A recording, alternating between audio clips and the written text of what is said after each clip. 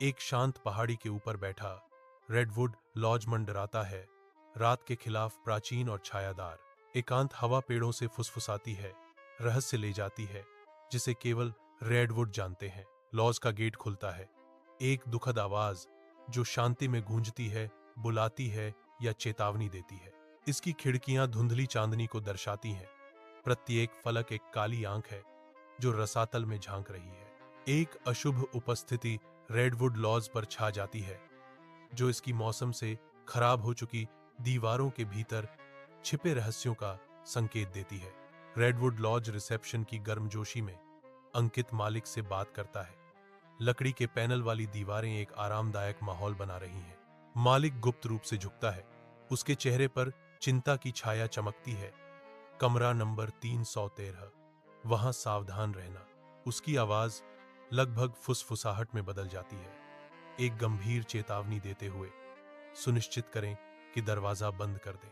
मालिक की आंखें अन्यथा खाली लॉबी में घबराहट से इधर उधर देखती हैं।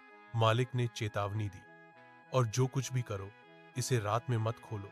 उसके शब्द हवा में भारी पड़ रहे थे। कमरा नंबर 313 में अंकित अकेला खड़ा है।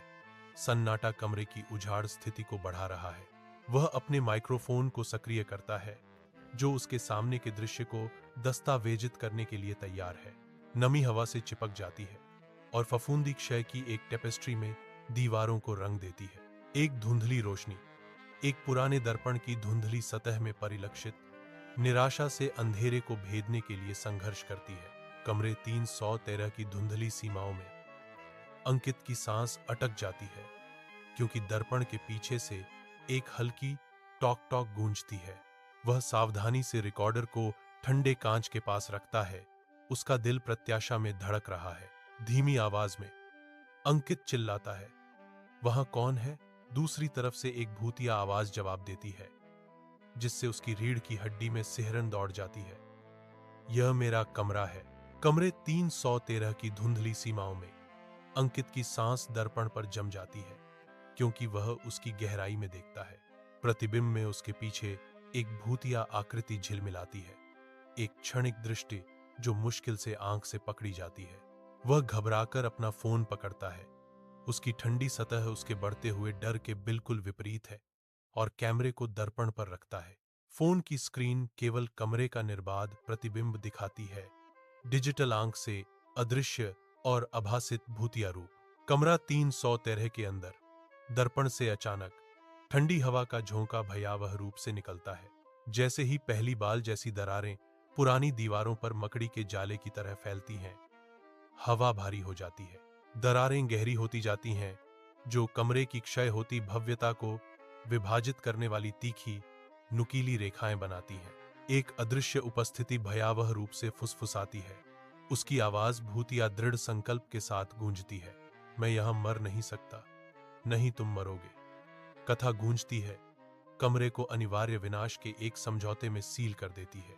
अंकित कमरे 313 के हैंडल को पकड़ता है, लेकिन दरवाजा जिद्दी रूप से बंद रहता है। अंदर हवा एक भूतिया धुंध से भरी है।